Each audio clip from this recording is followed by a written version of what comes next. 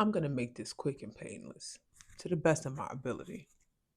First of all, hey, I hope you had a happy Monday. It's good to see you. I hope you're taking care of yourself. I hope your weekend was blessed, warm, fuzzy, all of the things. It's getting cold outside for real. Welcome to December. And I hope that you end the year off in strength, prosperity, and on positive notes. And with that being said, we're going to have a brief discussion about Miss Megan Pete coming through with proving her case of defamation in regards to Milagro regarding the deep fake, the intentional distress, corroborating or collaborating with Tory Lanez, all of the things, right? So now that we've gotten to this point, the verdict reads something like Megan will be awarded $75,000 for damages, punitive damages, and so on and so forth. I watched a few things earlier, and we've kind of gotten the gist. It's all over the place. Everyone is kind of talking about it and covering it. And originally, I had this idea that I was going to have a conversation about managing vindication. So previously, I had a discussion about the other side of vindication and post-separation abuse and that sort of thing. And that concept came from the kind of residue that can be left behind after you come out of certain dynamics, right? When you're vindicated, that means that you were falsely accused or you were noted as wrong, incorrect, lying, things like that. But the other side of that includes you feeling, hurt and really having to gather yourself and bring yourself back to a single piece and restore what once was lost, right? Because the pain that comes with the frustration of being vindicated prior to getting to that space of vindication is a lot. It's overwhelming, right? And y'all know I like to lean into psychology. I like to lean into faith. And this is a little bit of a rant. I am annoyed at the fact that people really just need to be right. And I didn't understand the significance of that until I'm watching this happen. And I'm like, yo, the verdict came out a couple hours ago, right? All of the media around it is because it's a fresh topic. Give it 24 hours, it'll be fine. But Milagro and her team has already tried to make a shift on the narrative. Not mad at them because this is what they do. You got King Incel coming out from underneath his mole rat basement talking about you might as well have gambled. And I'm like, yo, bro, you will eat Drake up every single chance you get. And every time Megan has something going on, you just pop up. And I'm like, I hope that she makes a song with Saucy Santana and they talk about you spinning on it. But again, that's just my opinion. That's just how I feel. And Megan has already had to come out and address, and actually her legal team has already had to come out and address the fact that they're already spinning the narrative. They're already starting the mess. And here is the thing. The need to be right is expensive and it's foolish.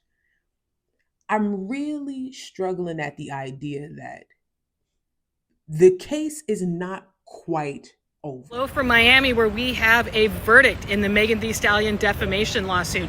Milagro Cooper has been found liable for all three claims.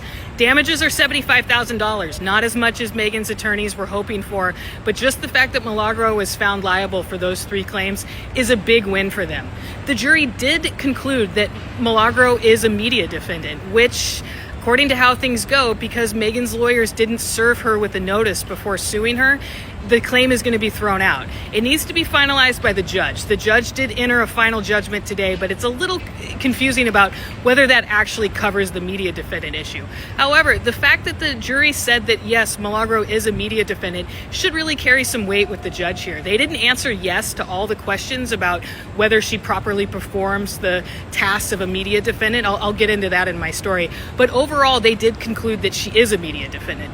However, they also concluded she defamed Megan, intentionally inflicted emotional distress on her, and then promoted a sexually explicit fake video of her. So that's the real issue here. And the fake video claim brings attorney's fees. So the $75,000 in damages is one figure, but we could end up with another figure here later on that requires Milagro to pay Megan's Quinn Emanuel fees, which, just looking at their catering, that's going to be through the roof. But it could be a lot. But there are issues that remain to be seen here. But Megan left the courthouse, said, "I'm just happy." And Milagro left the courthouse, said that she's not ecstatic, but but they're already doing the same stuff that got them into this situation in the first place. And even down to the notion of being new media. And I'm like, y'all are already staining the perception of new media with how you carry yourself and the integrity that it seems to be that you lack. It's so wild to me. How did we get here? Where people are only antagonists and only going to be a frustration and aggravation to people in the space. Like, I didn't understand the significance of Tasha K having to put like the metaphorical muzzle on her, because there is so much sensationalism around radical rhetoric that this rage bait thing is kind of wild to me. So I just got to vent a little bit, because I'm like, how did we get to the point that people can't even recognize, like, sis, you are going to hurt yourself again. You are going to put yourself. She even made some comments where she's working on my mixtape, because apparently the only place where you can bully people and talk crazy and pop is in the studio, but anywhere else is off limits, you know. So I'm gonna go get on my mixtape and make sure I channel all my energy into my raps and put that out and let that be artistic expression. But she's gonna make a rap song because apparently you could do songs and it don't gotta be. And I'm like, you can't be this. You can't be this person. You can't. It doesn't make sense to me. But I'm starting to realize, and this is school kicking in one more time, that people that experience a lot of hurt, when they say hurt people, like, we don't understand the significance of. People develop really what we call maladaptive thinking, and they perpetuate that. And we have the capacity to have microphones and be echoed across a lot of spaces, and we can create congregations of people and ideologies that are unproductive and problematic. So I think that it's important. I guess what I'm gonna try to take away from this is that people that have decent things to say, people that stand in the space of neutrality, people that just see things kind of being messed up, I think it's so important for more people of rational mind to get a little bit louder, because it just seems like more and more of the ridiculousness is just going forward. And I don't know, but I just had to get that off my chest. Based on what you're seeing, what are you thinking? Are you feeling like, what the hell is going on? Are you kind of feeling Meg is vindicated and so on and so forth? Do you feel like Mill got the one up? I personally don't think that she should count it as a win just yet, but I do think that she's gotten some favor in the outcome of this case. I compared what happened in Cardi B's case to what happened in Megan's case, and I do see a significant difference in the sense of not just the lawyer strategy, but what was up for discussion. Tasha K was wilding. I actually didn't understand the significance of what Tasha K was saying. Like, she said that Cardi had HPV, had herpes, was cheating on her husband, that Culture was going to be born IDD. Like, there was so many things that she had said, and I was like, oh, you was wilding. I missed a lot of that stuff. I really didn't understand the weight and the significance of that. She was saying that Cardi was a prostitute and all that. And what was tough is that, like, because she admitted to being a stripper, Cardi B in particular, saying that, like, I used to strip and whatnot, it kind of held a lot of weight and probably did have some significant impact on the perception of her, like, in certain spaces and so on. And yeah, and ultimately, I think that the fact that Cardi took 7 years to put out another album and that sort of thing really did paint a very clear picture of what the damages were and her inability to show up in her spaces. Megan, on the other hand, has been very resilient. And while she was able to show and prove that there were a number of things that she did not do, like with the Call of Duty, with the what was that, Just Eats and whatnot, with all of those different opportunities that she didn't take advantage of, she still did a fantastic job just keeping her career afloat, and not even just afloat, but pushing forward in her success. Because again, punitive damages, nominal damages and that sort of thing. Nominal was a better reflection of what she is, because it's essentially that trade-off of what was missed. But punitive is just that what you would have had you gone through with this thing.